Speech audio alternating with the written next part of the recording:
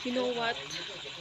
Dumarating ka sa punto na minsan, ang hirap mabuhay. Nagtatanong ka ng mga question kung bakit ganyan, bakit ganito, bakit mahirap, bakit may mga bagay na ganito. But definitely, that's part of learning how things might turn into something na hindi talaga natin alam kung bakit.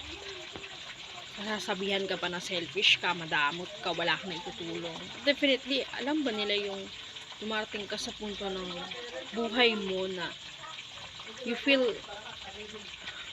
not be appreciated. Yung hindi ka na-appreciate ng mga tao based sa mga ginagawa mo, sa kung paano mo hinahandle yung problemang meron ka. Hindi nila na-appreciate yun eh. Na-appreciate lang nila kung ano yung sa tingin nilang tama. But definitely, yung part mo, parang nagiging isang question mark.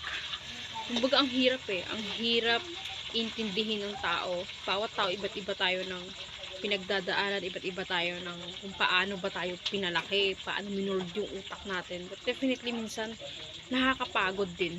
Nakakapagod umintindi, nakakapagod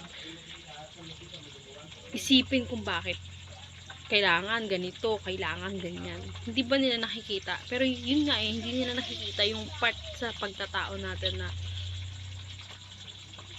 we are totally nonsense. Kumbaga, we are totally useless. Kasi wala yung talagang utak na meron tayo, hindi nila napapansin yun, hindi nila nakikita. Nakikita lang nila yung kung ano yung sa tingin nilang tama para sa side nila. So, yun guys.